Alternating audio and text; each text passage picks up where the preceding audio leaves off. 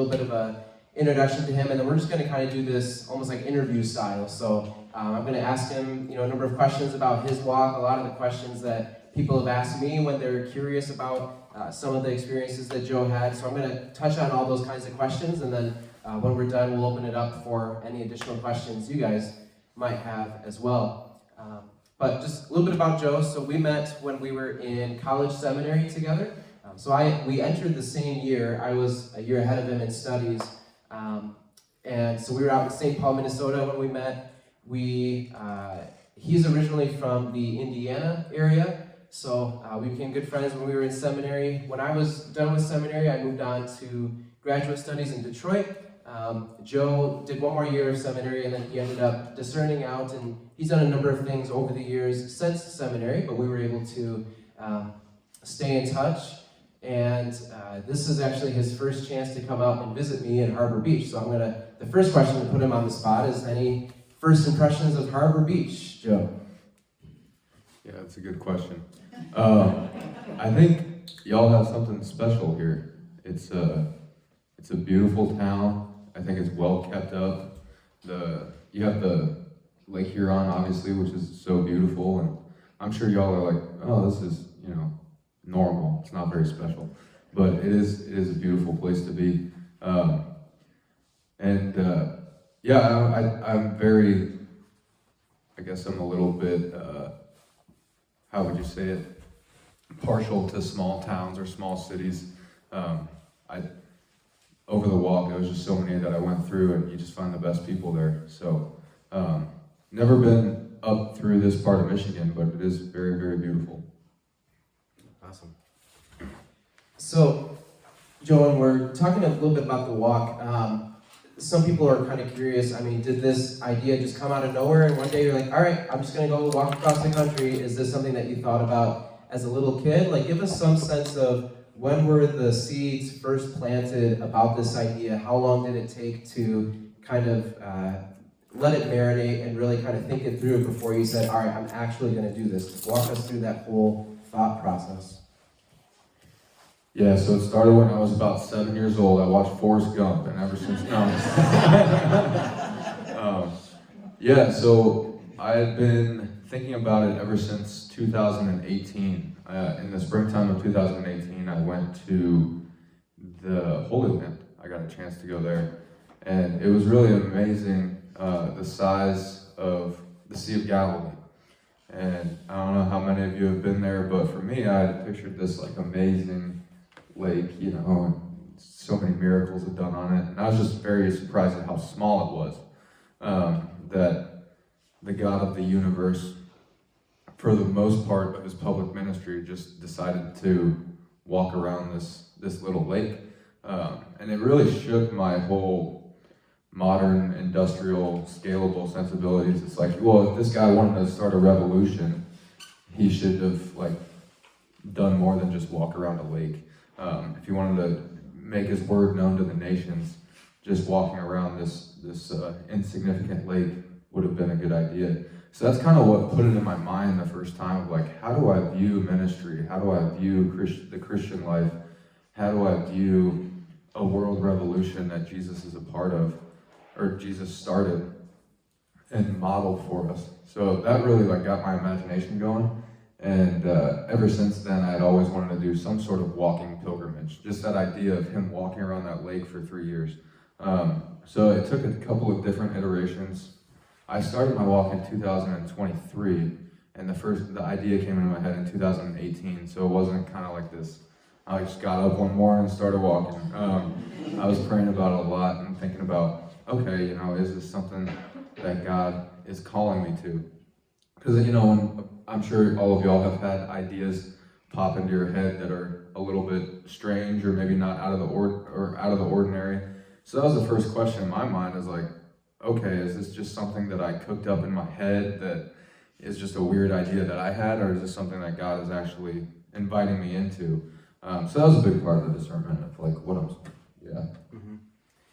And part of discernment is what you feel like God is saying to you in prayer and looking at your desires and whatnot. But another big part of discernment is getting feedback from others. And So I'm curious, with family members and friends in your life, I know you have a spiritual director as well that you kind of share what's going on in your prayer life. I mean, what were the reactions of those folks? I mean, were they supportive? Did they kind of affirm you? Did you have anybody voice any concerns? I know a number of people have asked, how could your mother let you go across the country? Like, didn't she feel you'd be unsafe? I mean, what kind of feedback did you get from other people as you were discerning and preparing for this?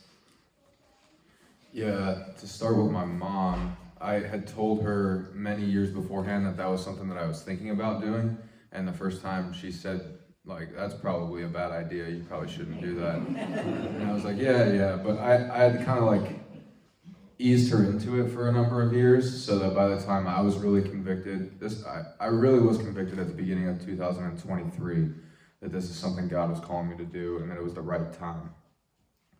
So, around February or March of that year, I called my mom and said, hey, I'm doing it. And she's like, well, you've been praying about it for a long time, and I don't really like it, but, you can do what you want. You're 29 years old.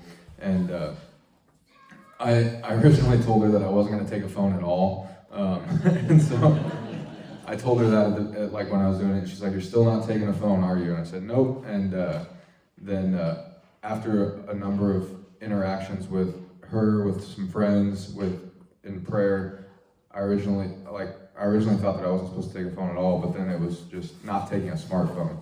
So I did have like a flip phone that I could call for emergencies, and I also had a GPS thing that made her much more, I guess, calm about the whole thing.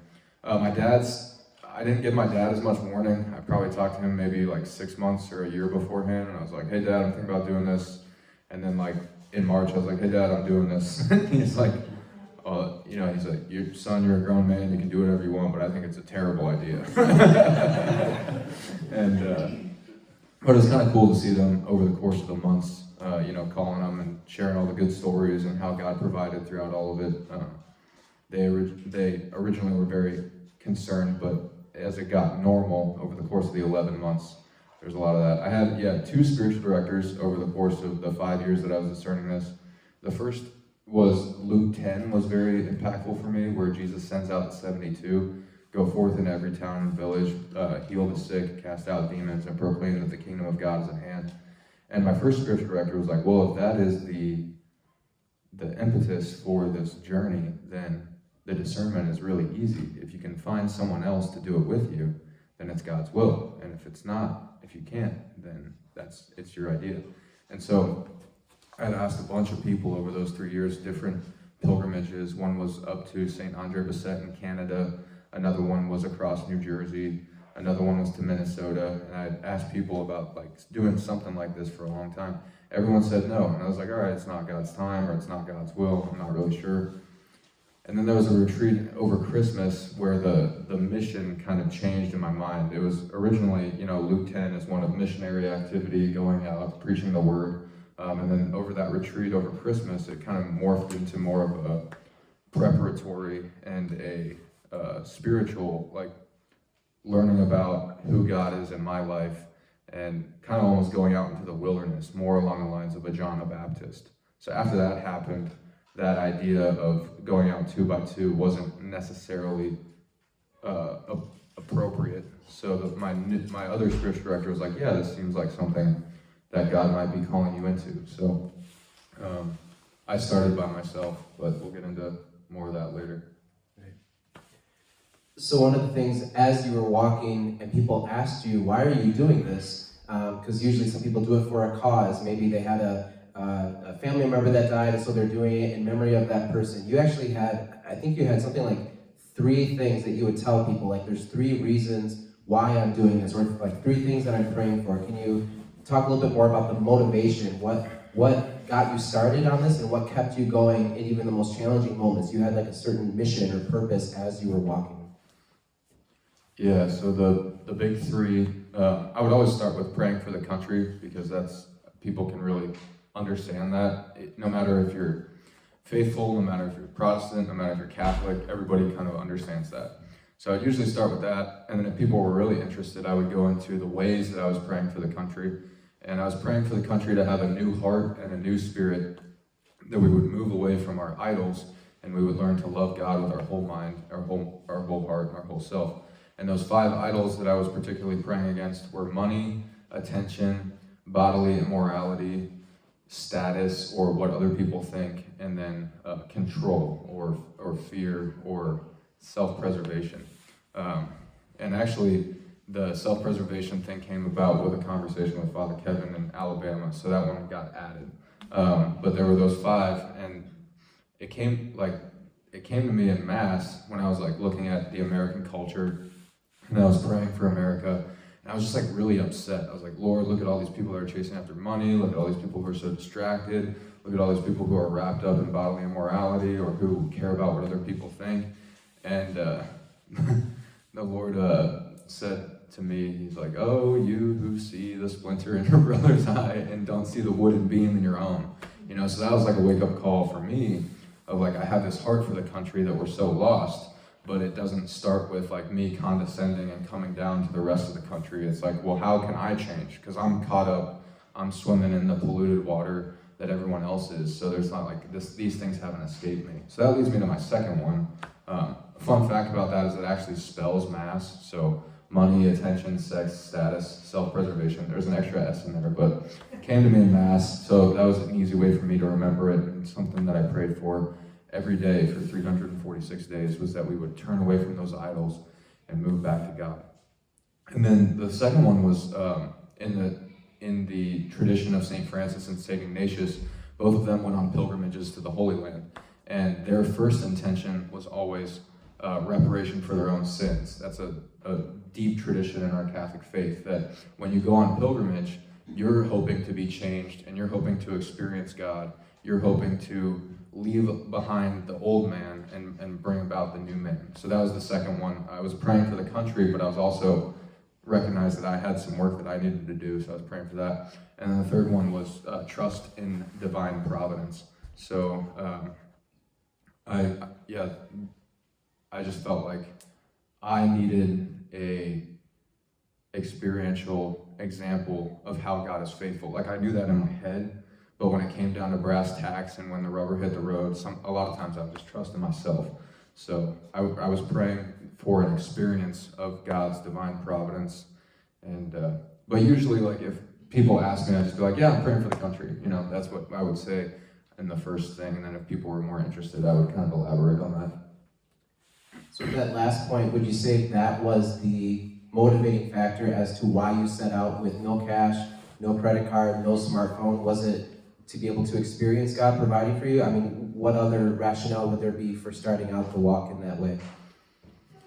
Yeah, that was definitely the biggest part of it. Another part was Luke 10, where Jesus says, you know, don't take any money, don't take a second tunic. You know, it's that same idea that when he sends out the 12 or he sends out the 72, it's like, the less you take, the more you have to trust me.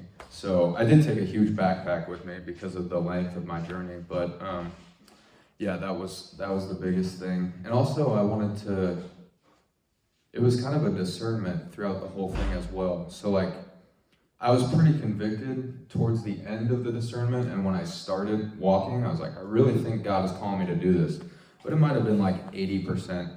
And so it got to the point where I was like, I am confident enough to start, and if God doesn't provide, then he didn't want me to do it. So it was kind of another way of discerning it, like actually starting it and doing it. And there were some days where I was like, God, if you could just stop providing and I could be done with this, that would be great. But he didn't do that. So what we can, as we go along, I'm sure you'll come up with maybe some concrete examples of how exactly he provided for you in terms of, yeah, if you didn't have cash when you started out, how did you afford to get meals and everything? We'll kind of talk about that as we go, but let's start with then the beginning of the walk. So tell us a little bit about where you started, what you were feeling as you were starting. Were you excited? Were you nervous? Were you a little bit of everything? And just like those first few days, what was that experience like? Yeah, so getting to New Jersey, I started in New Jersey, in Jersey City, at the Statue of Liberty. And there are 3 reasons why I did that. One is a national symbol of freedom, and I was praying for freedom from idolatry for our country. Second one was My ancestors, my great-grandparents immigrated through Ellis Island. And then the third one was I had a lot of friends in New Jersey because I lived there for 3 years. So it's a little bit of a ease into the walk. So those were the three reasons why I started at the Statue of Liberty. But getting there, I was at my mom's house. I packed up my bag and everything. She drove me to a bus station. I got on a bus. It took me down to Indianapolis, and then it took me to Pittsburgh, and then it took me to Newark. And I had a friend who picked me up at the Newark Penn Station, drove me back to his house. I hung out with some friends, got to see some people before New Jersey, or before starting the walk in New Jersey. And then the day that it started, it was August 29th, which is the feast day of the death of St. John the Baptist. That was the day that I wanted to start. My friend and I had 3 friends, and 2 of them took a day off of work to walk with me for a day, and the other one drove us in his truck to the Statue of Liberty, and then he just said, "Hey, I'll see you guys later." And the first night, I had 3 nights planned out when I started. So it was the first, well, actually just 2, but it turned into 3. I had 2 nights planned out. I was gonna stay at the old men's house where I stayed when I was a missionary in New Jersey in South Orange, which was about 15 miles. So I knew I was gonna stay there the first night, and then I was gonna stay with my boss when I worked in New Jersey the night after that. So I had the first 2 nights planned out. So it was just like mostly excitement because I was nervous about like what the road had ahead, but I also had some security of like, okay, I have my friends with me, and I have these first 2 nights planned out. The biggest thing, the first way that I really had to trust God was I didn't start with any money, and there was a point where I had to take a train to get over I think it's the Passaic River, because there was no walkable bridges except for like on the other side at the Bayonne Bridge, which leads you like south, and then you have to go west. So it was like a 27-mile detour if I was to walk that. And so we had to walk about 15 miles and take a train, but I didn't have any money for the train. So that was the biggest nervousness of the first trip. It was like, okay, how am I gonna get across the train? Like, this is the first real step. And I was almost bargaining with God. It's like, all right, God, so like these guys, to be in the spirit of it, they also didn't take their phones or any money with them. So like they were stuck with me until they got back to their car.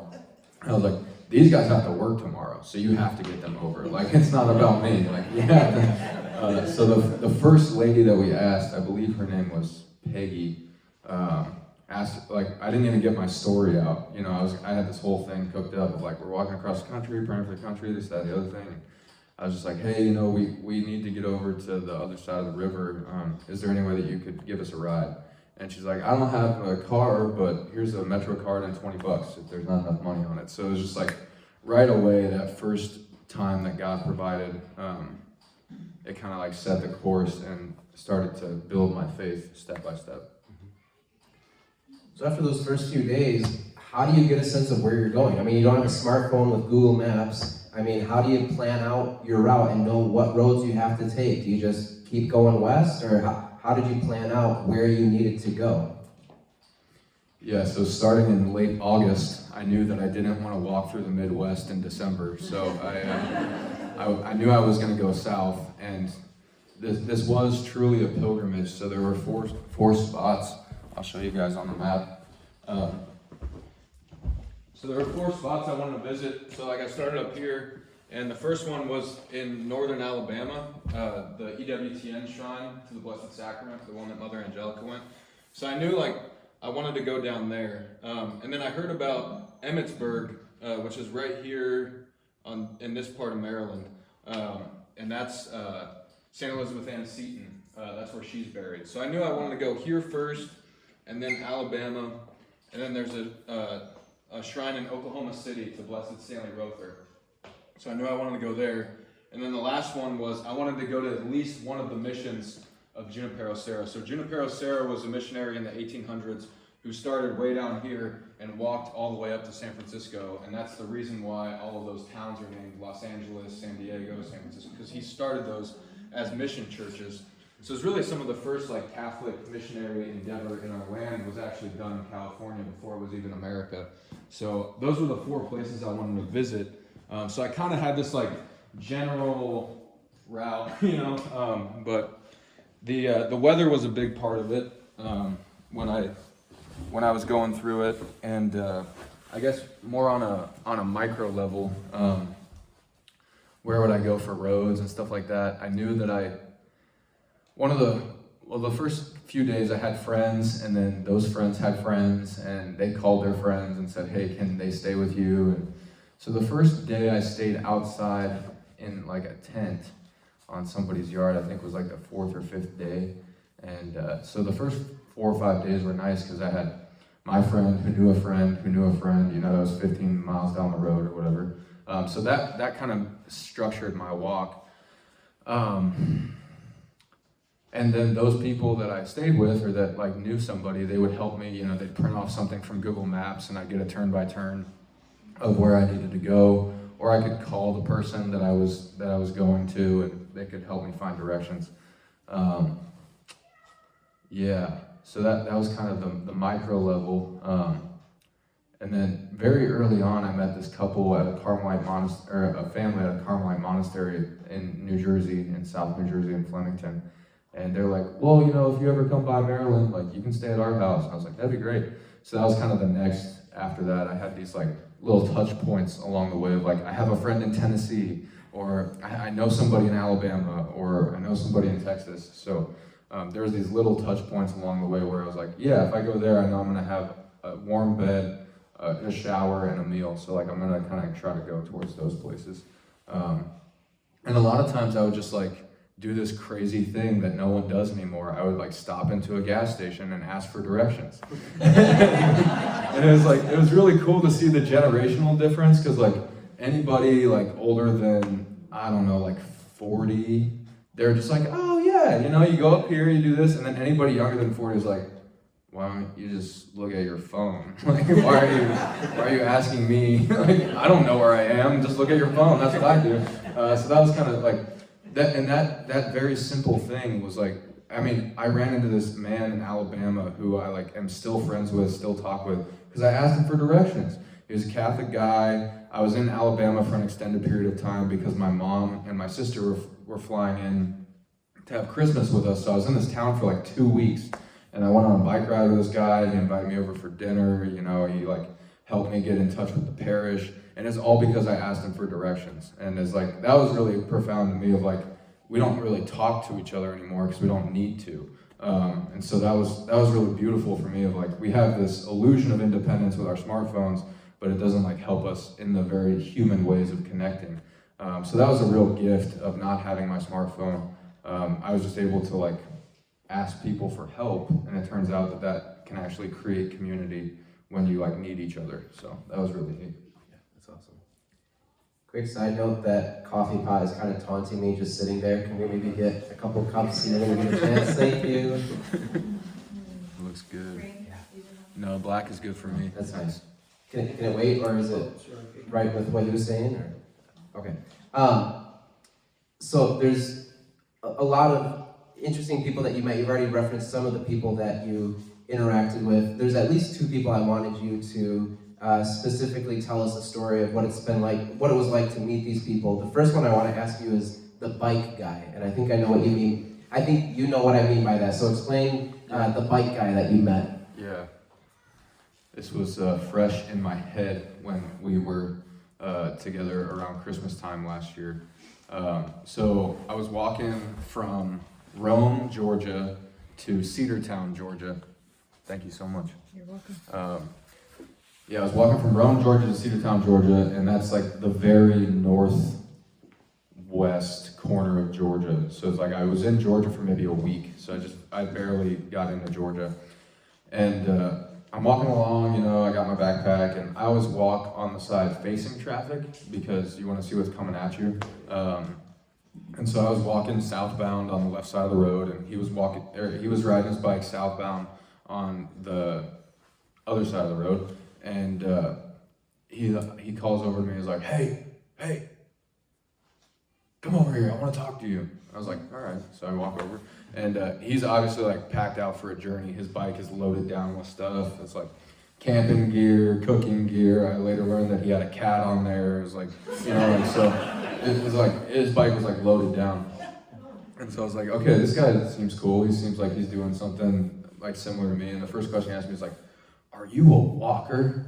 And I was like, yeah, I guess you could say I am. And he's like, I haven't seen one of you in like 10 years. I was like, so he had a grid for what I was doing. So we get to talking, I ask him like, yeah, so like, obviously you're on a journey too, like where'd you start, where are you going? He's like, oh yeah, I'm going down to Florida for the winter. I was like, oh, cool.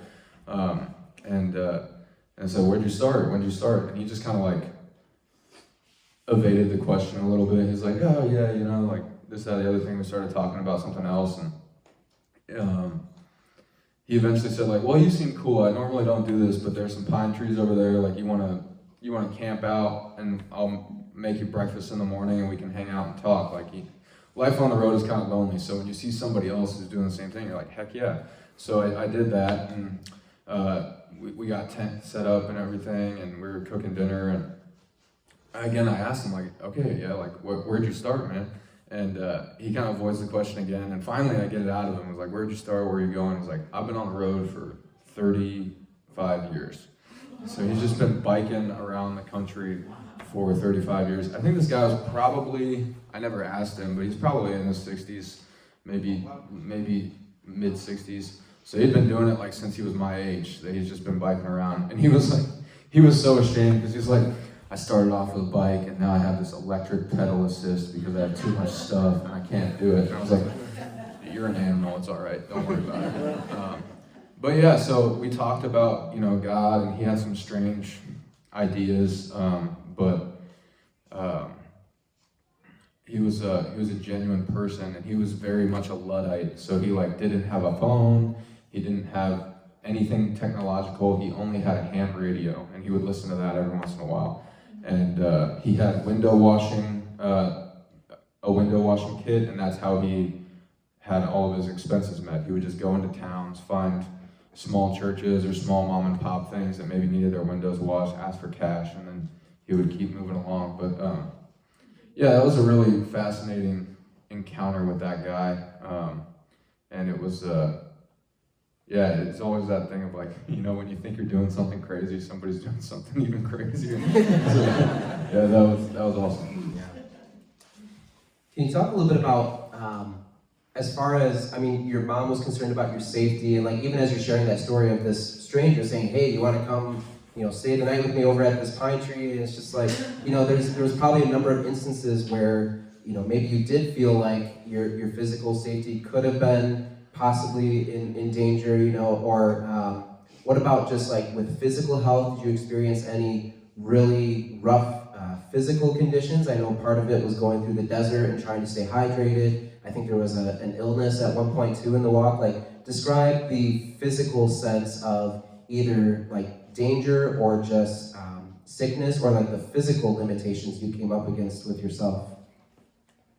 Yeah, there was a couple of times where somebody like really tried to get me in their car, and I was like, no, and then they left. So, I think being a young man, like, if somebody's looking to pick on somebody, they're not gonna choose me, I guess. So that's kind of a gift in that sense of like, God calling me to do it. So I didn't have a lot of like, there were a couple of homeless people along the way that were mentally not there or spiritually not there that would like try to start a fight or whatever. It never materialized into anything. You just treat people with respect and keep moving, and they were fine. So I never maybe they were like, I never felt afraid of another person along the whole trip unless they were behind a vehicle distracted. And I would be afraid of them. But yeah, so that part that's a lot of people ask about that, and I was just like, it was just non-existent. Like, there weren't a lot of people who were looking. And again, I tried not to walk at night. I wasn't looking for trouble, so I didn't find trouble, so there's that aspect to it too. And I don't know how much of it was God protecting me and having a hedge of protection around me, and how much of it was really, we just think the world is a scarier place than it is. It's really not that scary. So I don't know which one of those it is, or if it's some combination of both of them. I mean, just the amount of good people that I met on the walk. I was a little jaded when I started. Like America, you know, we're like, we're not a great country, and we're not doing the right thing. And then that just like completely changed after the generosity and hospitality that I saw from so many people, and the limited bad interactions that I've had with people. So that's really hopeful, and I try to share that whenever I talk about it, because there is a lot to be hopeful for, and the vast majority of people are just like good people trying to love their family and do the right thing and make a living and just go about their lives. So that's what I saw walking across the country. Yeah, as for like getting sick and stuff, there were 3 or 4 times I got really sick, and the worst one was when I was on the Appalachian Trail. So I did like 450 miles on the Appalachian Trail, all in Virginia. And on the trail, you don't have to carry that much water, because you learn real quick that the heaviest thing you carry and the most vital thing that you carry is water. So whenever I didn't have to carry water, I wouldn't. And along the trail, there's always streams and brooks and stuff that you can filter the water and drink along the way. So that was really helpful to keep the pack light, and that was something that I utilized a lot. But one day, I had like a squeeze Sawyer filter. I don't know if any of you are familiar with those, but there's like a little plastic piece. You usually just have like a water bottle that you screw into it, and you have the dirty side, and you squeeze it out, and that's the clean side, and you drink from the clean side. But on the dirty part, the plastic piece fell out, and so I put it back in, but I put it back in upside down, and so like it was filtering the dirty water through the filter, and then I drank some water that had like Giardia in it. So Giardia is like this, I don't know exactly what it is, but it's like a microbacteria that makes you not able to hold anything down, water, food, nothing. So I didn't eat or drink anything for like 2 days, and that was the worst when I was sick. And so in that same day, I got sick at around 11 a.m. And then I had to walk about 18 more miles to get to this place where this woman was gonna pick me up. I had already set up it's kind of a longer story, but I think it's worth it. So beforehand, I had set up, I was gonna stay at this hostel. They have these hostels all along the Appalachian Trail. I usually went in on the weekend so that I could go to mass, pick up food for the week, and then I would go on my way. So I'd already made a reservation at this place, but I called them and I was like, hey, how much is it for a night? I'd like to stay 2 nights. And they're like, oh, it's $45 a night. And I was like, all right, I have $35, so that's not gonna work. So I asked, there's this trail thing that you can do, is like called work for stay. So if you don't have the money, you can work, and then they'll let you stay for free. So it's like, can I do a work for stay? Do you have anything I can do so that I can stay for 2 nights? I'm like, yeah, we have a lady who needs some wood split. And I'm like, all right, great. So I'd already set that up before I got sick, and I knew that the pickup point was in 18 miles from when I got sick. And so I called her right away when I got sick. Well, no, this is actually after, so I'll get to that in a second. But I got sick, and then I got to a bridge, and I sat down, and the water was right by a roadway, and my trail guide piece of paper told me that the water wasn't safe to drink. So I'm dehydrated, I didn't have any water, I got stung by a yellow jacket in the neck, and then I kept moving, and I'm like, okay, there's like 0.5 miles, there's another stream, and I can finally fill up, because I'm sick, I'm sweating a lot, I'm dehydrated, and I get to the stream, and there's like literally cows like in the stream, and I'm like, I already have an upset stomach, I'm not gonna drink any cow water. So I'm continually I'm still dehydrated, and I'm moving along, and I get to this fork in the trail and the road, and then the trail just like disappears. I don't know where it is. And so I'm lost. I'm like sick, stung by a yellow jacket, dehydrated, and lost. And I see a farmer way out in the distance, and I ask him, so I like walk another quarter of a mile to go to this farmer. He doesn't know where it is, so I have to walk back, and I'm just like aimlessly wandering around this field, and I'm wasting energy, I'm dehydrated, I'm nervous, there were these 2 guys that I had met a couple days ago, and we had kind of been like going back and forth, because I would like to take a lot of prayer time in the morning and get my meal, and then I would just walk for the rest of the day, but they liked getting up early. So I'd usually pass them throughout the day, because I was hiking a little bit faster than them, and then then in the morning they would pass me because they'd get up earlier, so we'd kind of like see each other once or twice a day. And as I'm lost, waiting there, I must have been there for like 2 hours at that point trying to find the trail, and they pass by and they're like, "Hey, I'm like, so good to see you guys. Like, I don't know where I'm at. Can you help me find the way?" And so they're like, "Yeah, we don't really know where we're at either." So we all found it together, and we made it. We like had to hike up this giant mountain in order to make it on the trail, and all the while I'm still dehydrated. And I finally tell them as we're hiking up the mountains, like, "Hey guys, I'm gonna hang back because I'm a little sick." And it's just like, I'm really dehydrated too. Like, I don't know if you guys have any water. So they were low on water too, but they gave me some of their water, and that was really helpful. And we camped together that night. So I was with 2 other guys that were helpful. They're 2 Christian men from North Carolina. So God sent me them. I still don't know if they're real or not. I think they are, but they might have been angels. And then the next morning I got up early because I had about 6 more miles to the point where this woman was going to pick me up. And so it was really reassuring knowing that they were behind me as well, just in case, like I collapsed or something. Because at that point I hadn't eaten anything for like a day, and I wasn't really holding down water very well. And so yeah, as I'm walking that last day, the woman's about to pick me up. I'm like, "Hey, I totally understand if you can't do this, but could I stay for like 4 or 5 days? I'm really sick. I'll work for as long as I'll work for 3 weeks if you want me to. Just let me stay until I get healthy, And she was like, "Oh my gosh, what do you need? Can I get you medicine?" She's like, just a godsend, very much so too. But yeah, that moment before, I forgot to tell you this part, that moment, lost, dehydrated, stung by a yellow jacket, and very, very upset. I took out my phone and I was ready to be done. Like, I'm in Virginia at this point. I'm like, well, I made it this far, this is good, but now I'm done. I'm calling somebody, I'm getting out of here. And I get out my flip phone and I go to call somebody and I don't have any cell service. So and then those 2 guys came in, and so yeah, that was one of the stories of getting physically ill, and how God provided through all of that through the generosity of other people.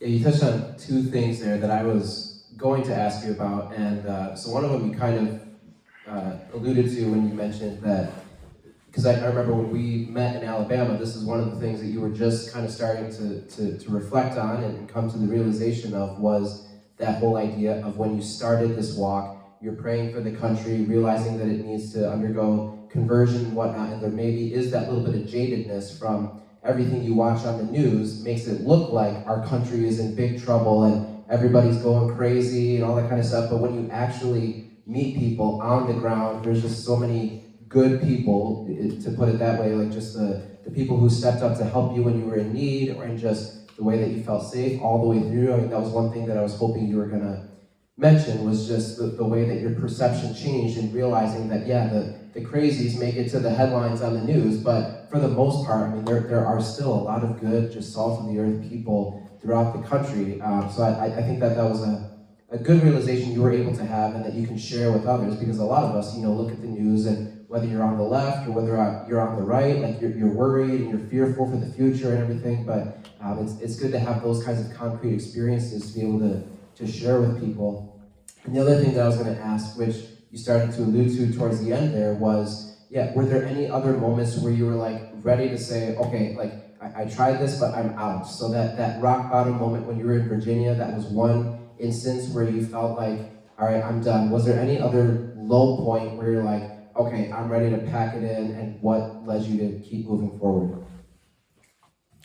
Yeah, there was one other one, and this was pretty early on in the trip. I was in Pennsylvania, so this was like maybe 2 weeks in, and I had a friend of a friend who lived in Collegeville, Pennsylvania, which is like northeast of Philadelphia, or northwest of Philadelphia, and he said he lived in Collegeville, so I was like, all right, I'll walk to Collegeville, and then I'll call him. And he actually ended up living in Eagleville, which was like 4 miles the other way.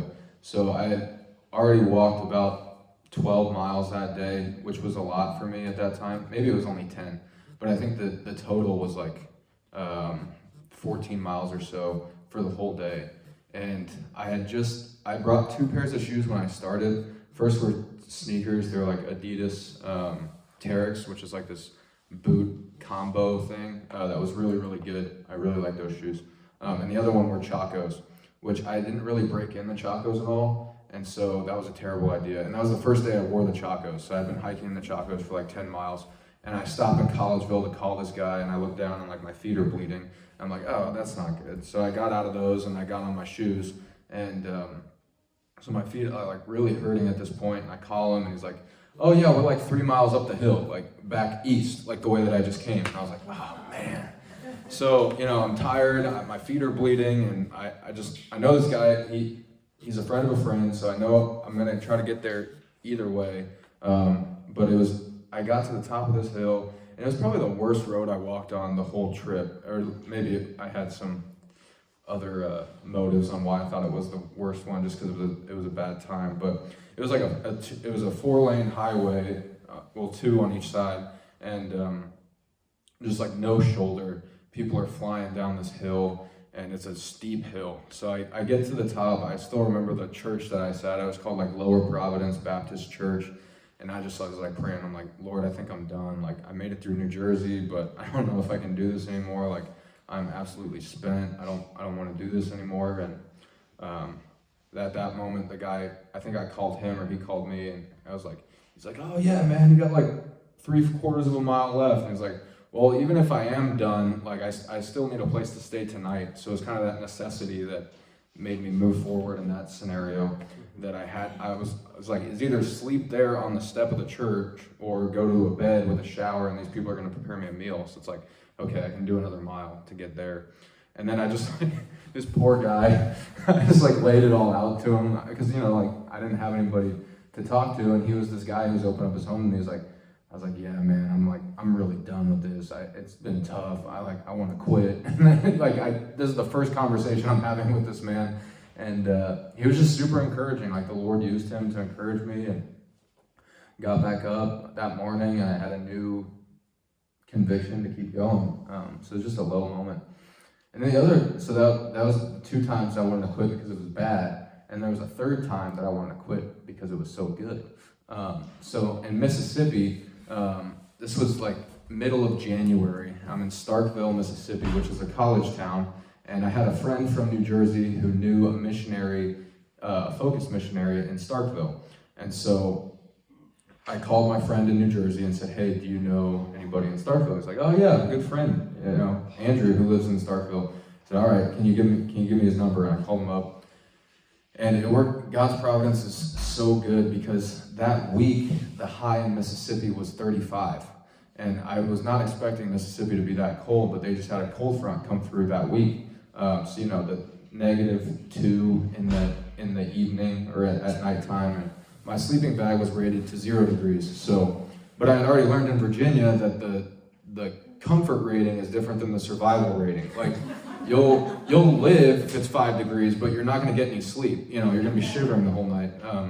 So the comfort rating of the bag was about 20 degrees. If anything below 20 degrees Fahrenheit, I was uncomfortable.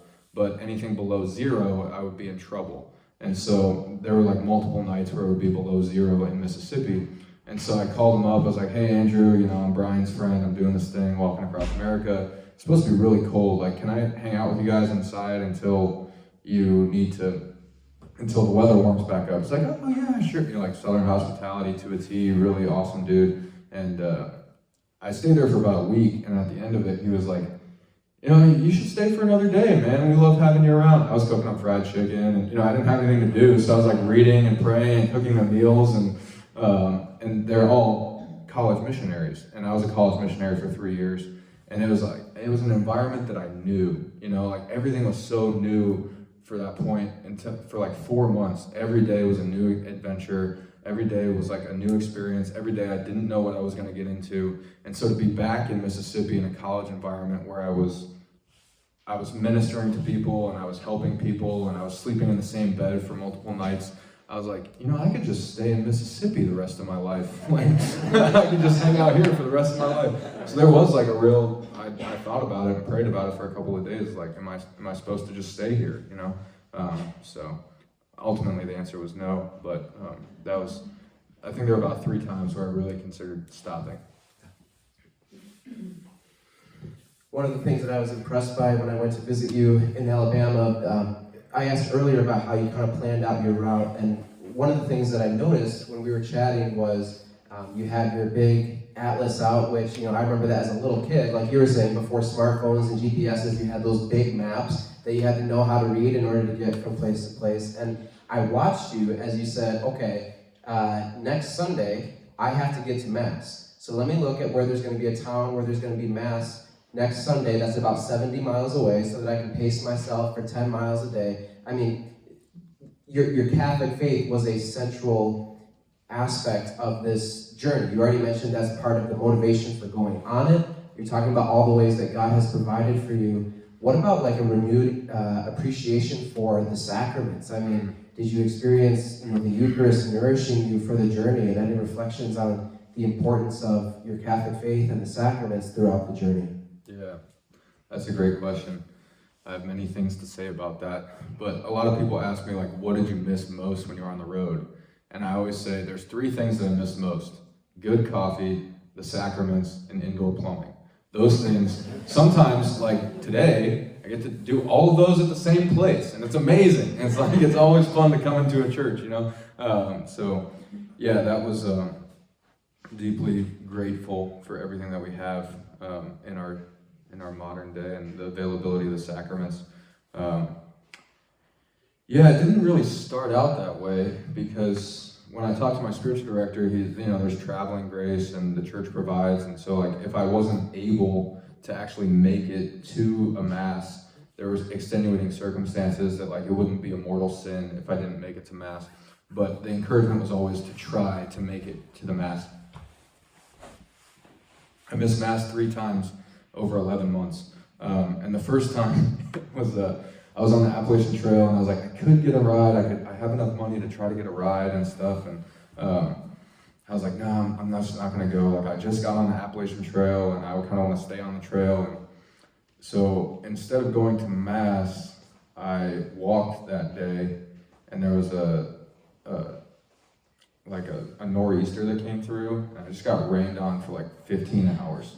And I was like, oh man, like my shoes were soaked through. Like nothing's waterproof after 15 hours of a storm. Like nothing. Like no matter what it says on the brand or whatever, it's not waterproof. So yeah, I was like, I already had a conviction that I wanted to go to Mass as much as possible, but after that, it was kind of like, okay, God, I get it. Like I'm gonna go to Sunday Mass every Sunday, and. And the only other 2 times that I missed were in the Panhandle of Texas.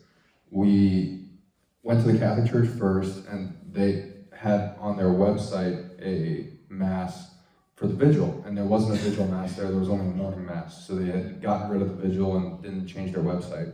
And then there was another church, and this kind of like, there was another person with me at this time. We haven't really gotten into that yet, but there was another person with me at this time, and his name was Elijah, and he wasn't Catholic, so we had tried to go to Catholic Mass and Protestant service as well, and so there was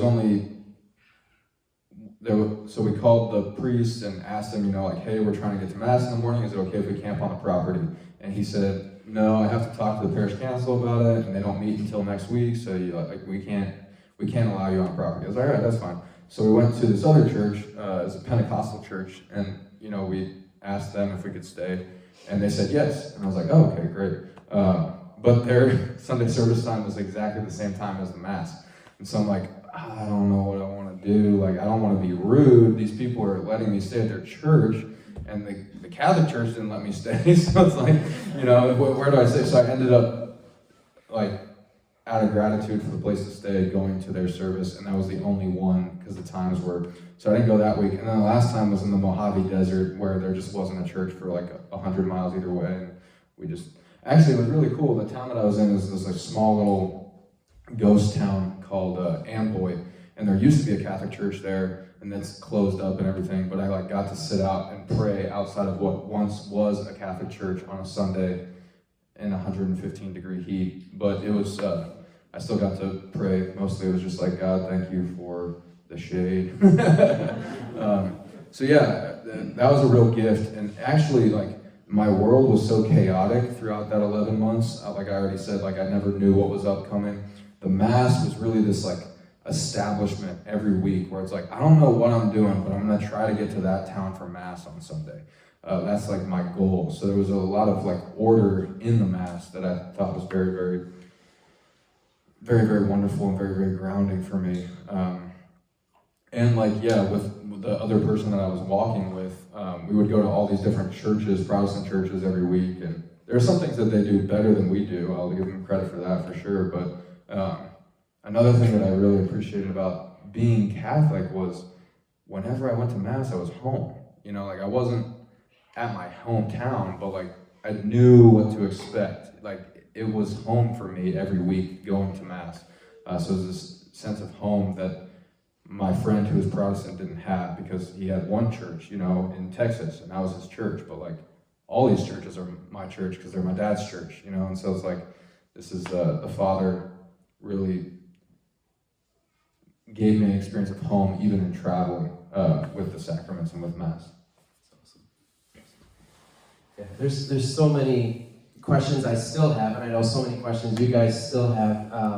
I know we're getting close to an hour here, so I have two other stories I wanted you to touch on, and then kind of wrap it up with any other last like lessons that you learned and all that kind of stuff. And then I know you guys probably have some burning questions as well. So one of my remaining two kind of story questions involves you sort of went viral for a little bit when you were going through the South, and you know, I was kind of checking on it with like Facebook and some social media. I mean, some of the local news stations were covering what you were doing, and you had like flocks of people coming out to see you as you were on your walk, and you had, you know, all these people trying to like come to you, asking you to pray for them, and you know, people keeping track of where you're at and like posting it on social media, and people would come and meet you along your journey. I mean, speak a little bit about that whole experience of being sort of like a local celebrity and how you sort of used your platform in those moments when you had so many people flocking to you and interested in what you were doing.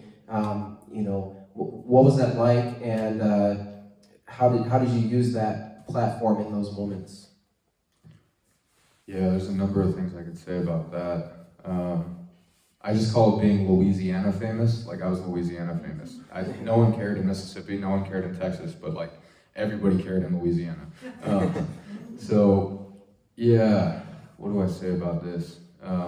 Everything was intensified when that happened, when there were like a lot of people coming up, and at times there would be like 7 or 8 cars waiting to talk to me, and all the stuff that I was praying for became intensified. I was able to interact with people, and it was just a one-off thing. So people were like bringing really heavy stuff to me, bringing things that they were dealing with, and so everything just became a little bit more intensified. I gained weight too. Cajun food is good. It's good, and you know, I was stopping to talk to so many people. Like I was only walking, like I was on my feet for like 12 hours a day, but I was only walking like 8 miles, because you just like walk 3 steps, talk to somebody else, you know, walk a half a mile, talk to 8 people, and like so. And all these people are Cajun, so they're just bringing me food. It was like boudin and, you know, like all this like gumbo and all this stuff. So I was like, yeah, sure. So that was the only state I gained weight in. Yeah. So the Lord really prepared me well. I remember the first day that, like, so what happened was somebody put something on Facebook, and then I got like 1,000 shares overnight, and then everybody in this small town in Louisiana knew who I was, and then just kind of like kept moving down the line of people, you know, like people sharing with neighbors and saying that I was coming through and stuff.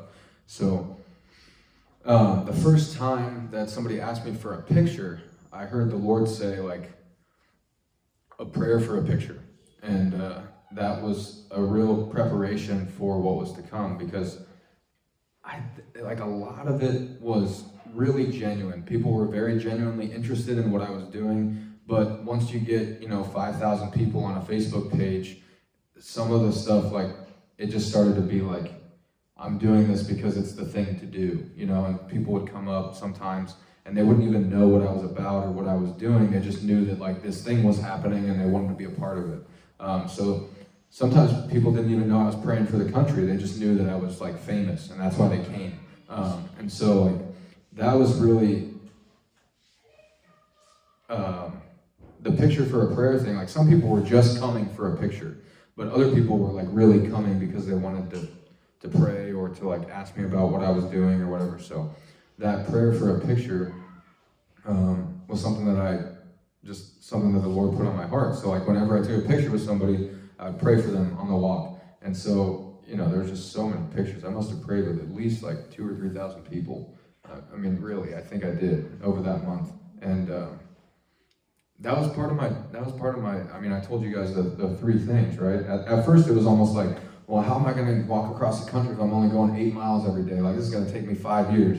But the Lord really shifted my perspective early in that, like, why am I walking across the country? I'm not walking across the country because I need to get to California. I'm walking across the country to pray. And so it's like, here's God putting all these people in my path to pray for them. And so it's like, I saw it as a blessing after that. And so that was a real gift. It shifted the prayer wasn't so much of an inward prayer as I was walking, but I actually got to start praying for other people, which was a real gift. That's awesome. One of the last stories I was wanting you to talk about involves meeting Tim and what that was like and how that helped you on the last leg of the journey. Who's Tim, Joe? Yeah, Elijah. He has a couple of different nicknames, but Elijah.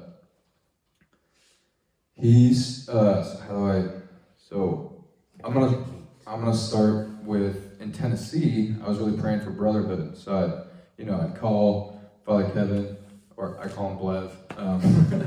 I call Father Kevin every once in a while, so I'd get to talk to him, or I'd call other friends and stuff, and I was asking the Lord for brotherhood, even in Tennessee, like a couple of months in, just because it got lonely on the road sometimes. So it was a constant prayer. Sometimes I'd ask friends that didn't have other responsibilities to come and walk with me for a week or walk with me for a couple months. And one of them did in Alabama, actually, right after we had met. There was another friend of mine who came down to Alabama. We walked together for a week. And I was like, thank you so much, Lord. But like for the last, I don't know, since November to April, I've been praying for brotherhood along the way. And I'm in Whitesboro, Texas, which is just north of Dallas. So it's like, it's not the Panhandle, but it's like just south of Oklahoma, like right on the Oklahoma-Texas border in the middle of the state. And I see this guy with this huge cart, and I'm like, what is this? It's either some very sophisticated homeless person, or he's doing something similar to me. Which is kind of a sophisticated homeless person. Yeah, I was also a sophisticated homeless person. But yeah, so he comes up to me, and this was in the middle of Texas, so like Louisiana stardom had still been kind of a thing, so people were still coming up to me and asking me like, hey, are you Backpacker Joe? And I was, yeah, I am. And we would talk and pray. So he came up to me, and I didn't think much about it, because he was like, hey, are you Backpacker Joe? I'm like, yeah, I am. He's like, my name's Elijah, I'm also walking across the country. And I was like, oh my gosh, no way. Like, I've been praying about this for months. God, are you sending this guy that we can walk together and I can have brotherhood? And I was like, oh crap, he could be going east. So that was the first question I asked him, like, are you going east or west? And he was like, I'm going west. I was like, oh good, let's walk. So we started talking, and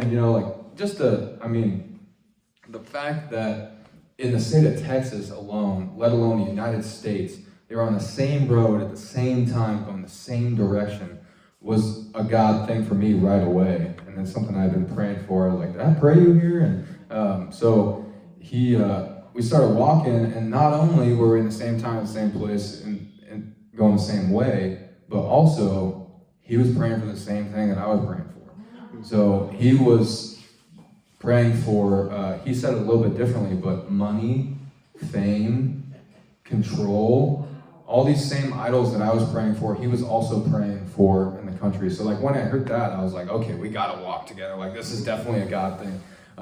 So I got sick that day too. It wasn't that bad, but at that point I had some more money, and I got sick, and I asked him if he wanted, I could get him a hotel, and we could kind of like pray about it for a day or two while I rested up. And so we did that. And at the end of it, we're like, yeah, I think this will work.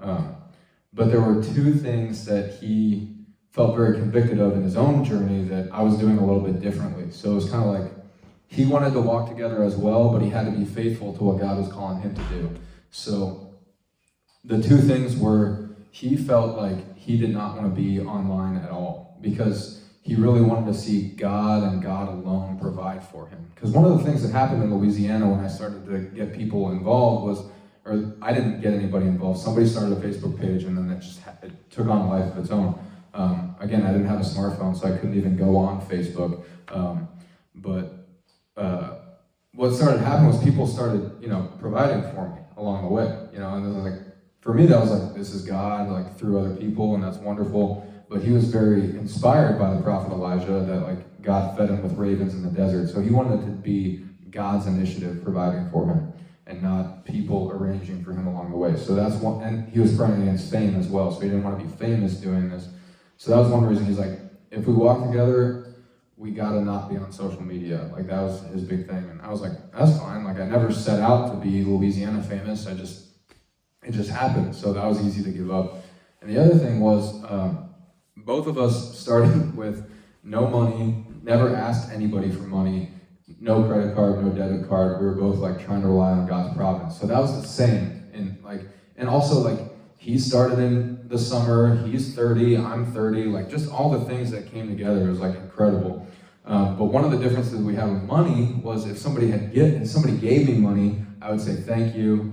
I never asked for money, not once, but sometimes people would be like, hey, I want to give you $20, buy a sandwich or something. And I would say thank you. But for him, if anybody ever asked or tried to give him money, he would say no. So he didn't walk with $1 the whole time. And for him, it was a testimony that you can trust in God above trusting in money. And so that was his thing. He's like, the last thing was like, he really wanted to walk with me, but if this wasn't going to work out and our missions were different, then that would be fine. We would just meet and we would talk and that would be good. But he was like, yeah, I think if we need to walk together, if you're carrying money and I'm not carrying money, then I'm going to start relying on your money. And so that was like that kind of like, for him to be able to be okay walking together, I had to get rid of all my money. So I was thinking, I didn't have to think about it very long because I had been praying for brotherhood and I knew that going into the West, having a brother alongside of me was going to be way more important than money. So I was like, yeah, sure, I'll get rid of it. So I packed up the money that I had in a t-shirt and I sent it back to my mom. And I was like, hey, I might need this after the walk, in order to come up and see Father Kevin or something. And so, yeah, I sent back all my money and we started walking from that day. It was about 4 months. It took us 4 months to get from Texas to California. So we finished on August 8th and we met each other on April 3rd. So from that day forward, we didn't carry $1 on us, and God still continued to provide for all of our needs. We never missed a meal the whole time, as God's providence and faithfulness. He had that huge cart with a big cooler on it, so we could carry about a week's worth of food for both of us in that cooler. So sometimes people would take us to the grocery store and be like, get whatever you want, and so we'd have food for a week. So that was great, but yeah, never missed a meal the whole time because God is faithful. That's awesome. That's, I'm sure, one of the lessons you're going to kind of leave us with at the end in terms of what can we all take away from this week who, don't sense that the Lord is calling us to go and give up everything and walk across the country, but can still learn from these stories about trusting for God to provide in our lives. So I know that's a huge lesson I know you want to leave us with. I guess as we kind of wrap up the story of the walk, so you're there on the coastline in California. The two quick questions are, how many total miles was it? How many shoes did you go through? Because that's the question everybody asks. And then any other thoughts you had when you finally reached the destination. What was it like when you finally finished the walk you had set out to do? Yeah, so I started August 29th, 2023, and I finished August 8th, 2024. So it was 346 days total, just over 11 months, and I walked 3,375 miles, and I went through 8 pairs of shoes, 19 states. So I'll quickly trace out the route. started in New Jersey, like right here, and then I went through this little part of Pennsylvania. Oops, oh, that's even better, nice. And then I went through this little part of Pennsylvania, came through Maryland. I spent a lot of time in Virginia. I went all the way through to Virginia, and then crossed over into Kentucky, right where they overlap.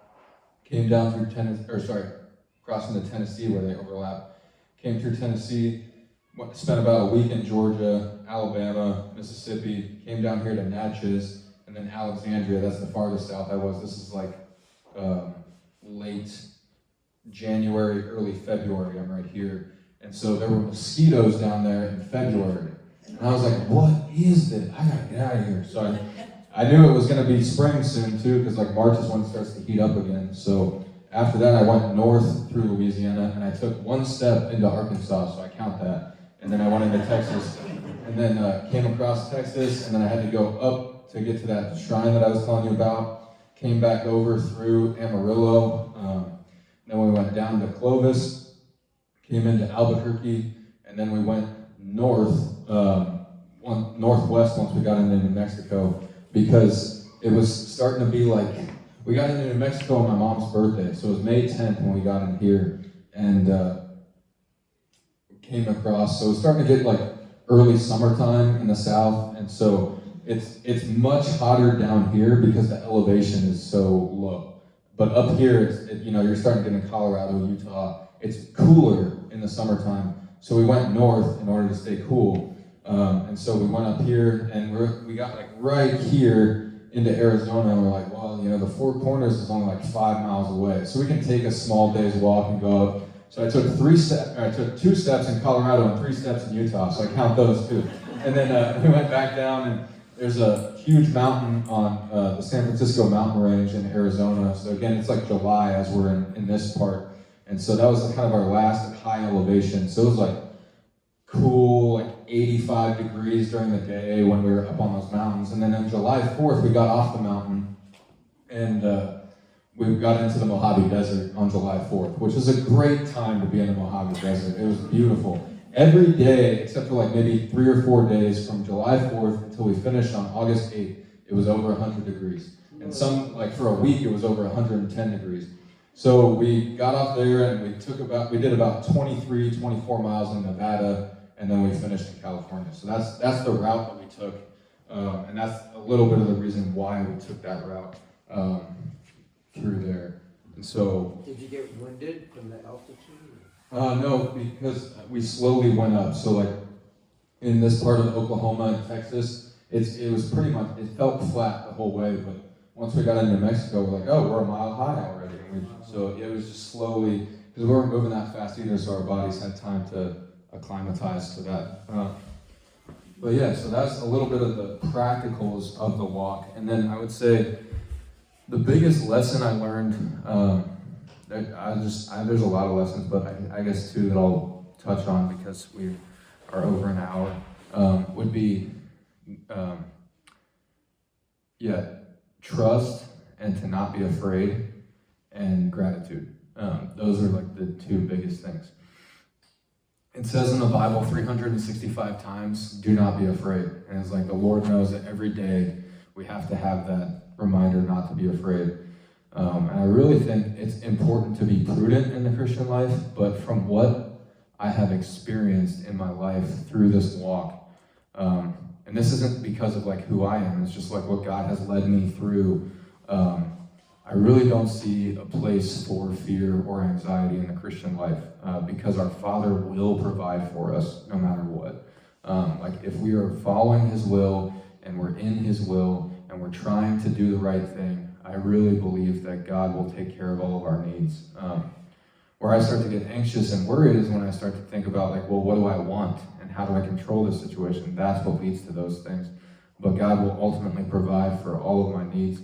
And that was just a really big, I think it was probably in maybe Tennessee or Alabama, where it was like, that was the last time I was worried about a place to stay. That was the biggest thing that I was worried about the whole time. It was like, you wake up in the morning, like, I don't know where I'm gonna sleep tomorrow, or tonight, that was something that, but there was this prayer that God put in my head, have no anxiety at all, but through prayer and supplication, make your request known to God. and the peace of God, which surpasses all understanding, will guard your heart and your mind in Christ Jesus. So slowly, after praying that all the time, especially when I needed a place to stay, like it's 4 p.m., the sun's starting to go down. I don't ask people if I can stay at their house at night because immediately, everybody's a little bit more on edge at night. And so I would just start praying that prayer like, Lord, I need a place to stay. And it was that very simple but very profound thing that he helped me through. It was like, I can either say, where am I going to stay? And the impetus is on me to figure it out. Or I can pray like, God, I need a place to stay. Thank you for the place to stay last night, but please help me find a place to stay. And slowly, over like the first 5 or 6 states, that prayer became reality. That as I made my supplication, as I made my request known to God, the peace of God, which surpassed all understanding. I still had no idea where I was going to stay. I didn't understand anything, but there was a real peace there that was a great lesson for me, and I hope to keep that as I move forward, that like even if I don't know how it's going to work out, I can have faith that it is going to work out. And that's true, because not because of who I am, but because of who God is. And then the last thing was gratitude. When you don't have very much, I remember I was walking in Mississippi, I think it was, and it was a relatively warm day. I think it was probably in the 70s or something, and I didn't see anybody the whole time. I was on the Natchez Trace, which is kind of a smaller highway that a lot of people don't. So I didn't talk to anybody the whole day, but I only talked to one person. And that person pulled over and gave me a cool Gatorade. And I thought about it all day. Like, it was just awesome because it was the one interaction I had with somebody, and I didn't have my smartphone, I wasn't listening to music. It was just me on the road, and I was like, man, that Gatorade was good, And so when you don't have very much, that's the gratitude thing. So I'm trying to keep that in my mind, like even every night when I go to bed, it's like, this bed is awesome, I'm just trying to keep that in my mind. Or like, when I get to take a shower, it's like, this is amazing. Another fun fact that people love is like, the longest I went with a shower was 18 days, and I was in the Mojave Desert, and I needed it after that. But yeah, the gratitude and not to be afraid, but to trust in God, I think were two of the things that God helped me in my life with after being on the wall. That's awesome. Yeah, I know you have so much more you could share. I have so many other questions I could ask based on some of the things that you shared, but we're going to pause now because I know you guys probably have questions that maybe I didn't cover or that he didn't yet share that you were hoping he'd talk about. So, yeah, Jerry, you want to ask? Curious about what your plans are from this point forward. Yeah, that's a great question. So I originally planned to go through the north and see some more states that I didn't, but my car died in Las Vegas at my dad's house. So I spent 2 months at my dad's house in Las Vegas, and I started to write about the experience. So I have about 80 pages done, and so I took about 2 months to do that, and then I went through the southern part of the United States to see some of the people that I had met on the walk. So that's kind of what I've been up to since the walk. And I originally was planning on coming to the north, so I promised Father Kevin I'd come up because I really wanted to see the parish and everything that he'd been telling me about over the years. And so this is kind of my third to last stop before I get back to my mom's house. So I'm going to go to my uncle's house. He lives in Saginaw, and I have some friends in South Bend, and then I'm going to spend the holidays with my mom in Indiana. And so I have some friends back in Muncie, Indiana. I'll check that out too. But right now I'm discerning where I'm going to live afterwards, and I've kind of narrowed it down to 2 places. One of them's in Indiana, one of them's in Ohio. Right before the walk, I got my certification for being an EMT and a firefighter, so I'm an EMT and a firefighter too. So I'm in the process of applying to some jobs with that, and my real passion, I believe, is to start to call myself and people back to the ways of God, particularly like the most basic things, like what I learned on the walk. Like, what's most important? Well, it's like the church and God, family, food, water, and shelter. So it's like, how do I be a provider for those things for my community? And there's a lot of dreams and ways that I could make that happen, but I think in order to keep the lights on and pay the bills, I'll do firefighting, but I would like to do some sort of ministry where I help young men and or homeless people have a way to get back into the rhythms of God instead of the modern rhythms that we're so accustomed to. Thank you. Okay, there's, now, 3 real quick ones. Anyway, like, did you have a shopping cart to carry all your stuff, or? I started with a backpack. It weighed about 55 pounds when I started, and then when I met Elijah, it was 35 pounds. So I really figured out what I needed and what I didn't. One kind of funny story, I was with that family in Maryland, and they're like, well, you gotta get rid of some of this stuff. You're gonna be going up and down the hills. And they're like, okay, yeah. So I had my breviary, where we pray the liturgy hours, and I also had a Bible. I was like, I use my breviary every day, so there's no way I'm giving that up. But maybe I can give up the Bible and just carry like a small New Testament. And then I also had a small coffee thing. And I'm like, well, there's no way I'm giving that up. And they're like, and when the family was like, so you're willing to give up the Bible, but not coffee? I was like, yes. So yeah, I had 35 pounds when I met Elijah, and then he had this massive cart. It was like 7 feet long and 2.5 feet wide, and he would sleep on it. It weighed 300 pounds, and we would take turns pushing it.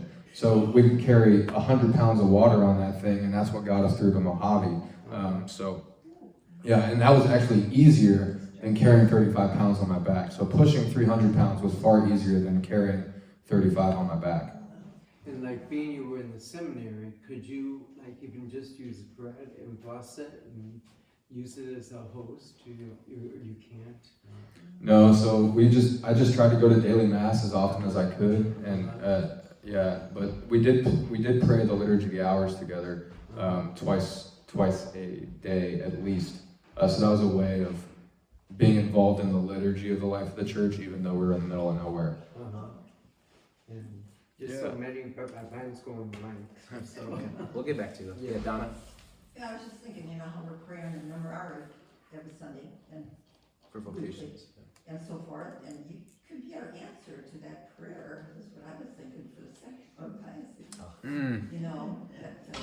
if you ever choose to go that route to be a priest, boy, our prayers would be answered for sure. I like that.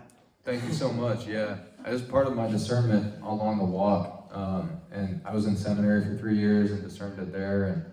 And this is such a beautiful life as a priest. There's just so much there, but I do really feel called to marriage at this point. Did you travel along highways? Yeah, so for the most part, I was on U.S. highways because the cart was so wide, especially towards the end. So that we were looking for a road with a nice shoulder on it. That was the big thing. And it's actually illegal to walk on the interstate. So you can't walk on the interstates, and the smaller roads are more dangerous because there's just cars going. It's a small two-lane road. So yeah, we would try to. U.S. highways were the best route that we would walk on. Were you ever pulled over by police? Or? Yeah, I had a number of interactions with the police. Yeah, and most of the time they just want to see what we're up to. I had a little stove that I put on the ground, and it would run on regular gasoline fuel, and so I'd cook oatmeal on it, or I'd cook soup on it, or whatever. And usually that's when the cops were called because it looked like I was cooking up dope or something, probably. So usually that's when the cops were called on. It was when I was cooking something.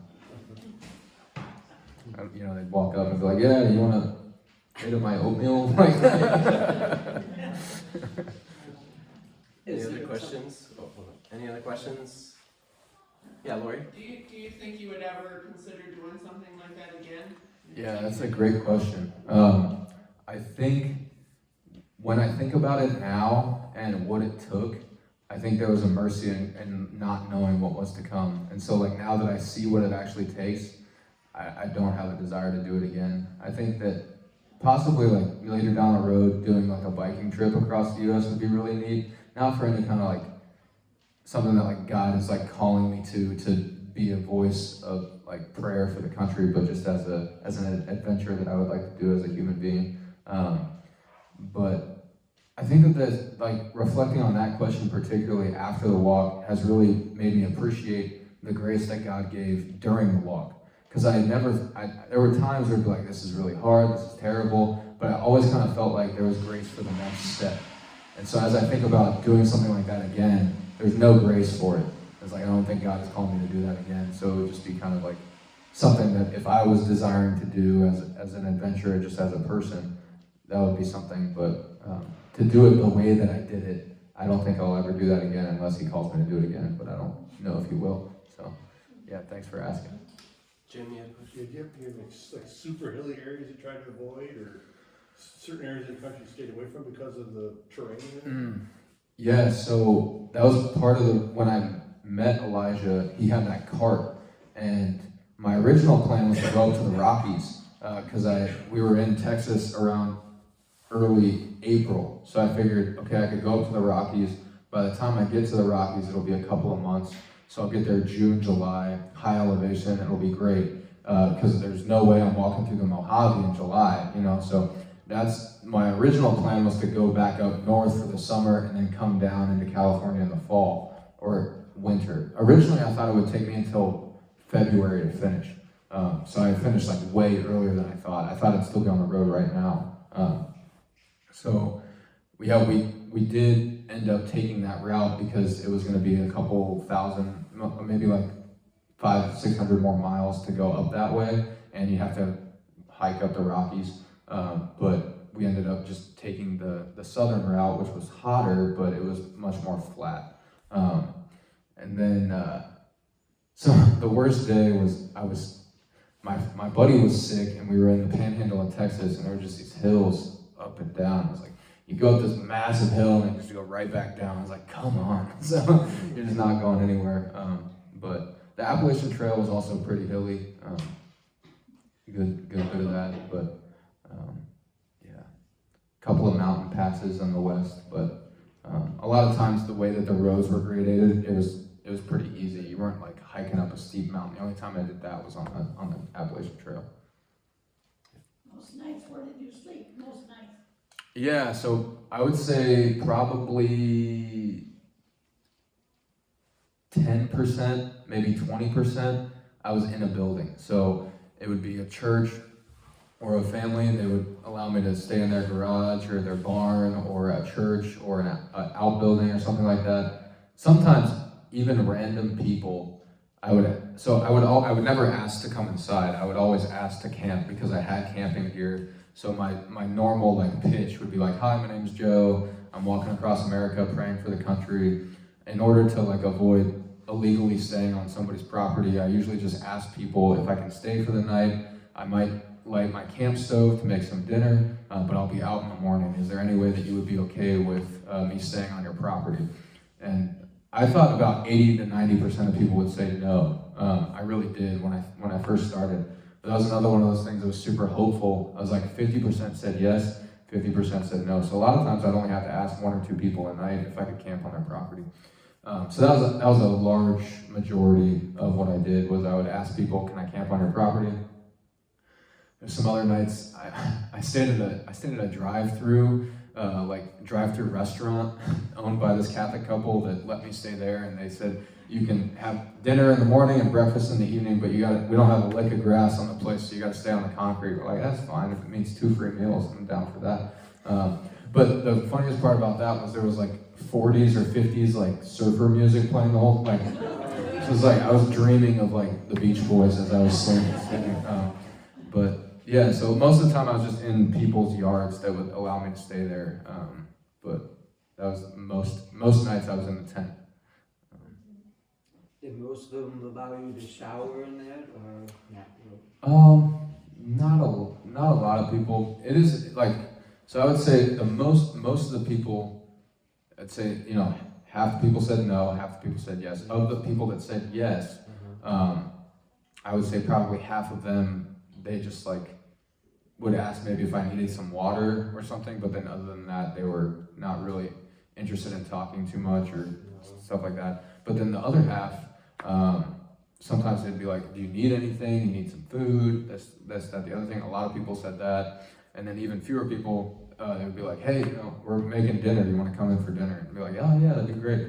And then some of those people would say, well, if you need a shower too, you can. And then I would stay outside of their house at night. But then even like, I don't know, maybe 24 or 20 people, like random strangers, over the course of the 340 days would say like, we got an extra bed, you want to stay with us? And I'm like, yeah, sure. One Native American couple in the Navajo Nation in Arizona, so that top part of Arizona, like we walked through Navajo Nation for 2 weeks. This couple, they had 2 beds, and we didn't notice this at the beginning, but this was like extreme generosity. There were 2 of us at that point, so they had a twin bed upstairs, and then their bed was downstairs. So they let us stay in the bed downstairs, and we didn't know that. But in the morning, the man came in and got stuff out of his drawers, and we're like, oh my gosh. They let us sleep in the big bed. That was their bed that night, so that was really, really cool. Yeah.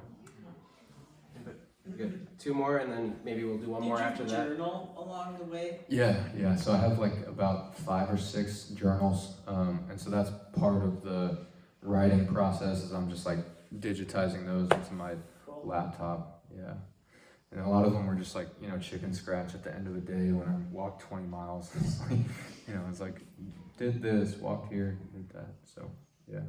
Dan? Yeah, listening to what you had told us, give you an A+ for everything. Something that I could never accomplish, and I don't think too many people could, so A+. Thanks so much. Yeah, I look back on it and sometimes I think, how the heck did I do that?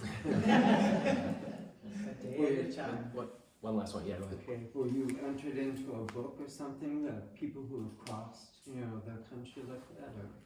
A book or like some Or sort of like vlog? some kind of record, Like or? on the Appalachian Trail, you can be like, oh, I did the trail. Like, is there anything for walking across the country? It was cool. I did meet a number of people who biked across America, or like I met another woman in Mississippi who had walked across America. I met like, there's a gaggle of us who have done something crazy like that there isn't like a club or anything, but yeah, and there are log books on the Appalachian Trail that you could like sign in and say I was here or whatever, but nothing formal. Oh, okay. Those trips. So I think as we're wrapping up here, I'm going to put you again on the spot, Joe, and maybe just have you close us out with a prayer. But just to piggyback off of what Dan was saying at the end, there's so many people who hear your story and they say, oh, I could never do what you did, walking across the country. And that's true. God isn't calling most of us to do that, and that's fine. But I think you would probably throw out the word of challenge that kind of the interior journey that you went through is something that all of us are called to do, right? To grow in that greater trust in God and in His providence and whatnot. And so maybe you could pray over us from all the things that you learned from the journey in a spiritual way that all of us, that would apply to all of us in our own relationship with God. So would you mind doing that? Absolutely. In the name of the Father, and the Son, and the Holy Spirit. Amen. Father, thank you so much for the gift of life. Thank you for the greatest gift that you have given us, which is your Son, Jesus, who lived the perfect life and died the perfect death and brought us into a relationship with you. Thank you for your Holy Spirit that guides us, allows us to pray. Please fill us with more and more of your Spirit, God. Lord, thank you for the gift of today. Thank you for the gift of this building, the gift of these people. Thank you, Lord, for the gift of life. And Lord, we ask that in the midst of the world, that we may be shining lights, that we look to the example of Abraham, our father in faith, who had this crazy idea to go off to a land he know not, and to go to a place that you will show him. Lord, even though it may not be a physical journey that you're calling any of us to, pray that we may have the faith of Abraham, that we may follow where you lead, no matter how crazy it seems to us or crazy it seems to other people. There's something, Lord, that you're calling each and every one of us to. You are the divine fire starter, and you love to spark the divine life in each one of us. So, Lord, you know that it may seem crazy, or it may seem bland, or it may seem whatever to anybody, but there's something that you have put in each one of our hearts that shows the world who you are and that sets our heart on fire. Pray, Lord, that we have the courage to step out and to take that risk and to do that. Just like Abraham did, and just like John the Baptist did, just like Elijah did, just like Jesus did, just like St. Francis did, just like St. Ignatius did, just like the missionaries in our land did. Lord, it may not be walking across the country. It may be loving our neighbor in a radical way, or it may be, loving our family in a radical way. Whatever it is, Lord, we just pray that we may be open and that we may seek you in prayer and understand what it is that you're taking us to do on this journey of faith, even if it isn't physical. We pray, Lord, that you give us the courage in order to do that, and always keep us in your love, because it's from knowing that we are loved and chosen and provided for that we're able to take risks for your kingdom and make you more manifest in the world. Help us to not follow a spirit of fear that leads to slavery, but a spirit of sonship and daughterhood that we can cry out, Abba, Father. And with you, all things are possible. And we're grateful for your gift of the Spirit within us. And I pray, Lord, even the rest of the day, that you just show us more and more what it is that you're calling us to, and give us a peace that surpasses all understanding in that call. Let us not be caught up by fear or anxiety about what it is that you're calling us to or how we're going to do it, but just know that you are provident and you will provide, and that you have given us a sound mind in Christ. And we thank you for that, Father. Pray all this in Jesus' name. Amen. Let's thank Joe for joining us this morning.